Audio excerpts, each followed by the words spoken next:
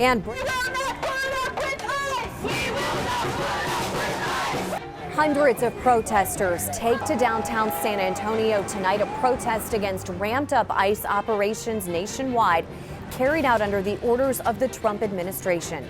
Texas National Guard members sent by Governor Greg Abbott seen entering the Alamo before the protest.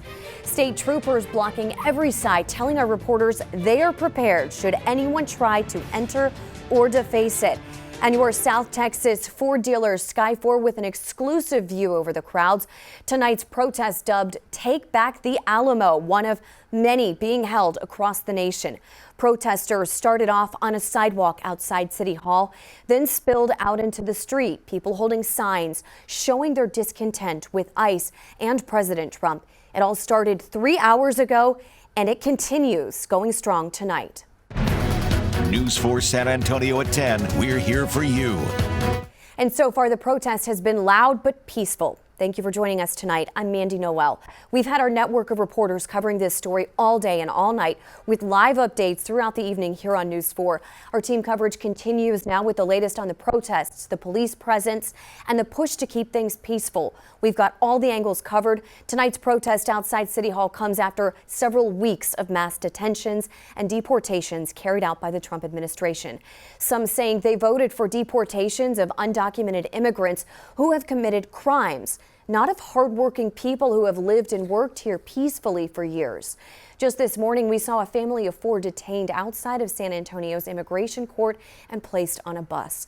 News 4 San Antonio's Destiny Fuller kicks off our team coverage now live from City Hall. Destiny, are you seeing any problems so far?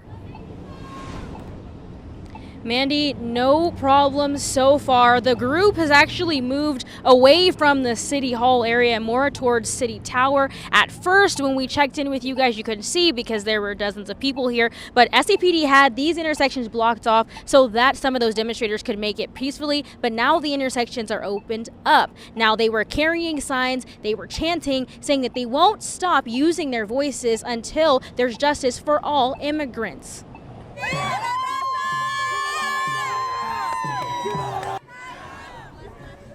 These protesters took their voices to the streets, taking several laps around the main plaza while calling for justice for every human in the United States. Many of them saying that there is strength in numbers.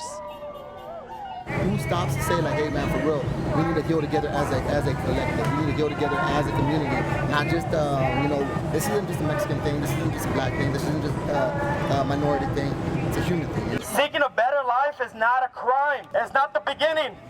I'm gonna say it when he's done. We're gonna continue until they give up.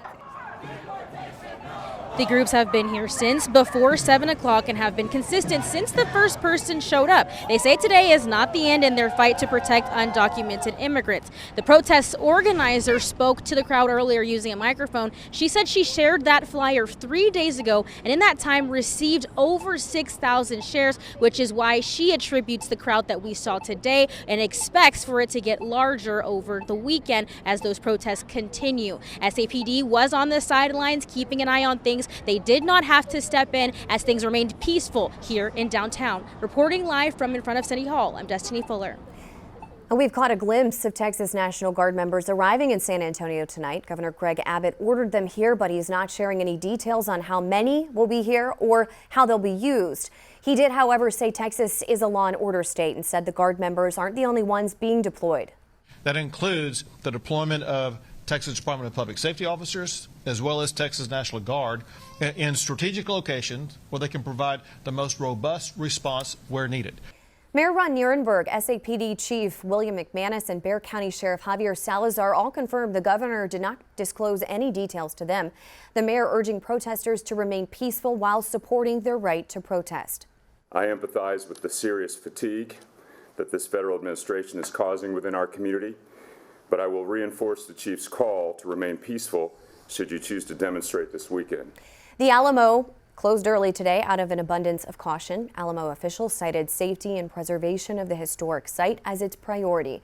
News 4 San Antonio's Taylor Whartonby continues our team coverage live from the Alamo, where state troopers are standing guard over the Texas Shrine. Hey, Taylor. Mandy, I'm here near the Alamo where Texas DPS troopers are surrounding the area. There are a dozen here stationed here tonight.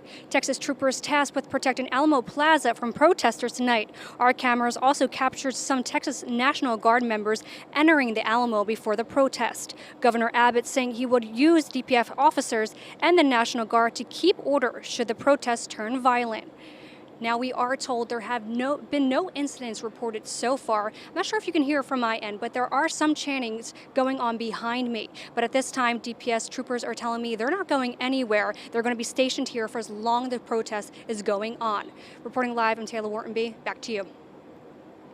These protests started in Los Angeles. They've been happening there since last weekend. Melissa Vega is at the live desk with more on the latest from LA and other parts of the country. Melissa? Well, Mandy, we're also learning tonight the Los Angeles Police Department has made nearly 400 arrests and detentions since Saturday in connection to the protest. Police say the majority of the arrests have been people failing to leave the area. There have been a handful of more serious charges for assaults against officers and vandalism. Right now, there's still a curfew in place for parts of downtown LA. That curfew just started. Tensions also rising in New York City. There have been a handful of tense moments between NYPD officers and demonstrators there. As of this evening, it's being reported more than 80 people have been detained, 34 of them arrested and charged, including with deadly conduct. Quickly, here's what things look like over in Raleigh, North Carolina this evening as hundreds of protesters there also gathering, voicing opposition to the current administration's immigration enforcement policies. So back in LA, the mayor of LA saying tonight that they would consider lifting the curfew if there are fewer arrests. So we're going to have to wait and see what happens as the night progresses over there. That is the latest from the Live Desk. Mandy? Thanks, Melissa. And this is another look at the protest from your South Texas Ford dealer, Sky 4. We will continue to monitor the protest for you throughout the night, and if anything changes, we'll update it during the newscast. You can look for the latest updates at news4sa.com, and we'll also keep you posted on what's happening on our YouTube page. Just search News 4. Our morning team will also be in to let you know if anything new develops overnight on News 4 San Antonio today. Our other big Breaking now at 11, anti-ICE protesters taking to the streets of Seattle once again, marching from Cal Anderson Park to the Federal Building downtown. Thanks for being with us at 11. I'm Steve Solis. This all comes just a day after a demonstration there ended with American flags being burned and 2 arrests. KOMO's Ryan Sims is live on scene tonight with what he's seen and hearing from protesters there. What's going on there? Yeah, Steve, we seem to be in the dispersal phase of what was just an enormous gathering. I'm going to scoot out of the scene so you can take a live look at 2nd Avenue. Just in the last few moments, literally in the last 2 minutes, we saw traffic open in this stretch of 2nd Avenue. I would estimate that there are still around 200, 300 protesters and people milling out around downtown, around the ICE facility here. This is a drastic change from an hour ago when the streets were absolutely clogged with people and there was a lot of action. Talking about what we saw up until about 30 minutes ago, I'm going to have the control room bring up some of the footage that we got. This was at the height of the protest. It did turn quite dicey outside the Federal Building here, as you're seeing on your screen. At one point, the protesters dragged several items into the street to prevent police from reaching that gathering. If things took a turn, they dragged all those items into the street, and included in that was a dumpster that they then set on fire. And at the height of it, flames did reach about 10 to 12 feet high, and it took a while for that fire to be put out. And so that was one of the most dramatic scenes that we saw earlier. It is also our understanding that at the height of this, police were pelted with rocks and cement. So this obviously did take quite a violent turn for about an hour or two this evening. What kind of precipitated all this and preceded all of this was we also have footage of that if the control room can pull up that. It was a major march through downtown, all the way from Cal Anderson Park to the Federal Building. That march was peaceful, and I got to say that being a news reporter in this market for about 6 years, Steve, that this was by far the largest march and gathering through Seattle streets since since the days of George Floyd. So that gives you a perspective of how many people, where there are easily 1,000 people milling around from Cal Anderson Park all the way downtown. And to kind of underscore the point, it wasn't until they reached the federal building here that things took more of a violent, dicey turn. Coming back right now live again, we are again in the dispersal phase. Just from me talking right now, there are far fewer people in the street. It looks like the traffic is back open right now. So this seems like it is a situation after going on for about 6 hours now, 5 or 6 hours now. It seems to be wrapping up as the day comes to an end. But one thing that we're going to be keeping tabs on, as many people that came out today, it was about easily 1,000. That might not even compare to what we see on Saturday. Saturday is going to be the main event where easily thousands of people are going to go to that event on Saturday. And so if this is what we saw with streets blocked, potential of violence, you better believe that Seattle police are on high alert ahead of Saturday's march, which will also occur through downtown Seattle. So again, to kind of underscore the point, 2nd Avenue is back up. It looks like this has resolved itself after several hours here, but we're going to be keeping tabs on the overall situation. And if anything else flares up, we'll let you know. Steve, we'll send it back to you. Okay, Ryan, thanks for being with us. We'll check back in with you in case things do change tonight. Across the nation tonight, several other protests broke out. Tensions flared outside the Spokane ICE office as protesters tried to block the deportation of a Venezuelan asylum seeker. According to our station in Spokane, the demonstration led by former city councilman Ben Stucker drew dozens and ended with multiple arrests. Protesters linked arms, chanted "Let them go," and blocked a transport bus, prompting a heavy police and SWAT response. The mayor has declared a state of emergency and has imposed a downtown curfew overnight. Meantime, in Los Angeles, nearly 2,800 service members are now deployed amid ongoing protests, including 700 Marines who have just completed crowd control and de-escalation training. They will join National Guard troops in protecting federal property under Task Force 51. A curfew remains in effect downtown through 6 a.m., and city leaders say it may continue for several nights.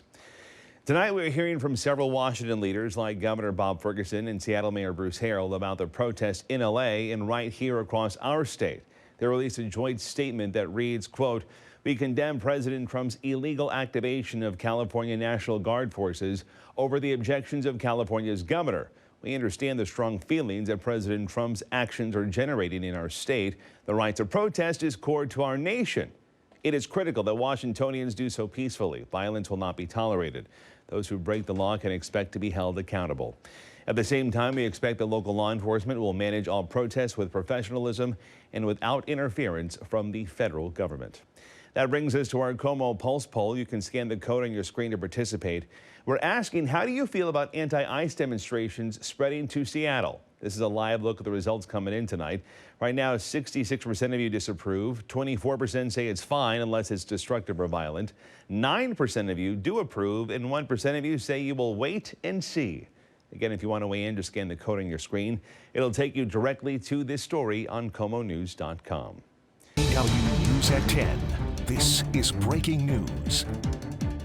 And that comes out of downtown Las Vegas, where hundreds of protesters have taken to the streets tonight, making their voices heard against immigration raids and the Trump administration's mass deportation plan.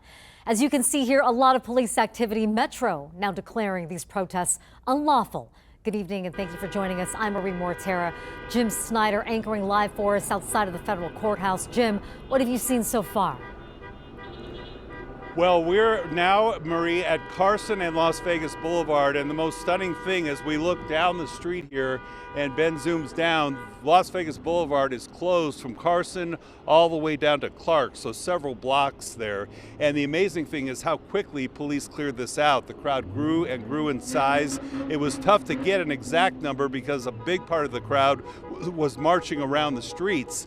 So police around 9 o'clock gave the order that it had become an unlawful demonstration and ordered everybody to leave. And the area right in front of the courthouse cleared out pretty quickly. I tried to make my way around the back of the courthouse on 6th Street and found a crowd running toward me and quickly found out why as I felt some mild effects of tear gas in the eyes and the throat. So the tear gas was used down on the south end to clear the crowd. And we do have reports from demonstrators who say they were hit with rubber bullets. I can't confirm that, but I can tell you our photographer Anthony, who who is on the south end, confirms he saw rubber bullets flying through the air and hitting objects that he believes. So before it all, sorry, the throat's still a little bit raspy here. Before police broke up the demonstration, I had a chance to walk through the crowd and talk with people about why they decided to come out tonight. We're here speaking for everybody who we can't speak for, like we have to speak up for the right reasons, and if people are not doing it, then who will, This crowd is huge. Are you surprised how many people came out tonight? No, I'm not. I'm actually very happy and proud that everybody did come out, and I think if there's more protests, a lot more people will like to come out and join us too. And I just feel like everybody who's doing it will just like show people and make them come out more as well, All right, thank you very much. How about you? Why are you down here tonight? Do you think this will make a difference? I hope so. I really do hope so. I'm here speaking for the people that can. Viva la raza! Are you surprised at the turnout? This is the biggest protest I've seen here in Las Vegas. No, I'm not. I know we have a big community, so I'm very happy to see all these people out here. Okay, thank you very much. Stay safe. All right, and as we continue on, you can see this goes just on and on. Some groups are breaking off and marching up and down the street. But let's go out to Las Vegas Boulevard now and show you that everybody is staying off of the street, on the curb, making it a peaceful protest. They're showing their signs to people who are driving by, getting a lot of honks from the crowd. You want to talk to us on Channel 3 for a second about why you're out here? Okay, I'm out here to speak for those who can't and to support our people. And this is a huge turnout tonight. Were you surprised by how many people showed up? Yeah, I didn't expect it to get this big, but La Raza is huge. The family's huge. And you think it'll make a difference? I think it will. All right. I think us as a community, we can all help people open their eyes and become more open-minded to what's going on in the world. Okay, thank you very much. So, yeah, you can see on this side of the street, we're right by the federal courthouse, and over on the other side of Las Vegas Boulevard and in the median, you've got more people over there. So this is a massive protest against the ICE raids, an offshoot of what is happening in LA, and it's just a huge turnout here in Las Vegas tonight. All right, and a new development while we were running that tape piece. There's been tear gas deployed to the north of us. You were up there, and you felt the effects up there. Yes, they were tear gassing kids. They do not care. They threw it. We were peacefully. They still tear gas kids, little families, us, and we were not causing any harm. We were just going back to our car, and they trapped us in one place, and we cannot leave. All right, we'll let you get out of the cloud right now, and I'll just tell you, Marie, we're going to move location because that tear gas from up the street is now wafting in this direction. So I know we're going to be checking back with you later in the newscast, but we'll find a safer spot to do that. All right, Jim, please do that. Stay safe. We will be in touch. All right, so this is a situation in Las Vegas, downtown right now. Let's take you out to Seattle. We've been watching these images coming from the affiliates out of there.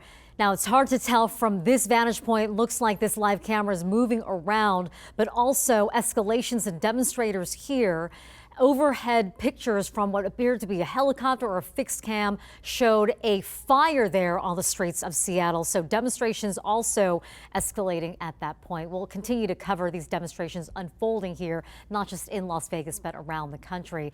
Now to LA, where is the sixth night of protests there. The National Guard deployed along with more than 700 Marines. Those protests began over the weekend after ICE agents reportedly raided businesses to carry out deportations of those they claim are undocumented immigrants. Los Angeles Mayor Karen Bass calling for an end to those federal immigration raids. She was joined at a press conference by more than 30 leaders from around the region following days of protests. The White House describing the situation as shameful, slamming California leaders.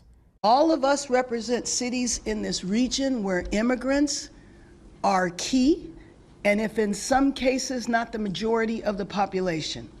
To have people live in fear like it is today is just unacceptable. Mayor Bass and Governor Newsom fanned the flames and demonized our brave ICE officers.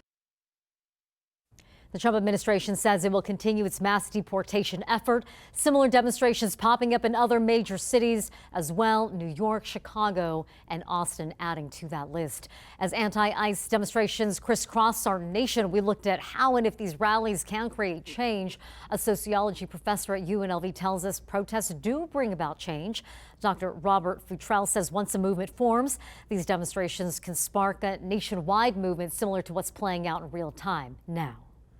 Our history has shown only when you have mass mobilization are you really going to have something close to the kind of change that's needed for ameliorating the problem that they're seeing with the immigration raids and the injustices that are connected to that, according to the protesters. Overall, Dr. Futrell says when it comes to rallying, demonstrating, or protesting, the movements do. Joining us, you are watching the National News Desk, America's News Now. I'm Jan Jeffcoat. It is Wednesday, July 11th, and right now a mandatory curfew in place in Los Angeles. Mark Boyle tracking all the new developments from the live desk for us right now. And Mark, that curfew clearly helping to restore some peace there. It certainly did overnight. Things were much calmer now with this curfew in place, Jan. Mayor Karen Bass has declared a local emergency, says it's necessary to protect the lives and safeguard property. Portions of downtown L.A. still in that curfew for 30 more minutes. It started at 8 o'clock last night. It ends at 9 a.m. Eastern. Show you Mayor Bass posting this photo. This is where the curfew is in the green shaded area. It's just downtown L.A. There have been several different pop-up protests, but nothing so violent where we've seen the past couple of hours. I want to show you some of the exceptions. Those who live in the designated areas, homeless, credentialed media, as well as emergency personnel, of course, just to give you some idea. And in terms of the numbers this morning, the riots look like this. Total arrests, 378 so far. Total arrested yesterday, 223 businesses have been looted. And the Governor Newsom, he's criticizing the White House's response to this. Thanks to our law enforcement officers and the majority of Angelenos who protested peacefully, the situation was winding down and was concentrated in just a few square blocks downtown. But that's not what Donald Trump wanted. He again chose escalation. He chose more force.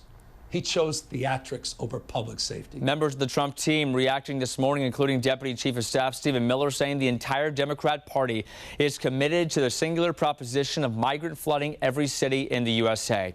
And a live look right now over LAX, not too far from here, is where those protests have been going on in downtown. Not far away either. 700 Marines on standby. We'll let you know how things unfold this morning right here at the live desk, Jen. All right, Mark, thank you. And now border czar Tom Homan says the riots in L.A. are beginning to complicate other ICE operations across the country. I want to make sure I understood you there. They are making these ICE raids more difficult to demonstrators? No, they're making them more dangerous. I want to make it clear. We've been running the ICE operation in Los Angeles every single day during this protest, and we're arresting a lot of bad people in that city, and we're going to continue to do it. They're not going to stop us. They're not going to slow us down. 4 illegal aliens detained by ICE agents in L.A. on Friday have already been deported to Mexico. Dozens more have been arrested with violent criminal records that include robbery, sexual assault, and drug possession. Senator Tom Cotton has introduced a pair of bills that would impose stricter penalties for activists who target and assault federal agents. The first bill would increase sentencing requirements from 5 to 10 years for any demonstrator who assaults a federal law enforcement officer during a riot. The other calls on the federal government to automatically revoke visas and deport any foreign national convicted of a crime during a protest. Cotton released a statement arguing that, quote, rioters of any immigration status who assault ICE officers and engage in acts of violence should face stiff consequences. He wrote, my bills make clear that Americans will not tolerate lawless rioting in support of illegal immigration.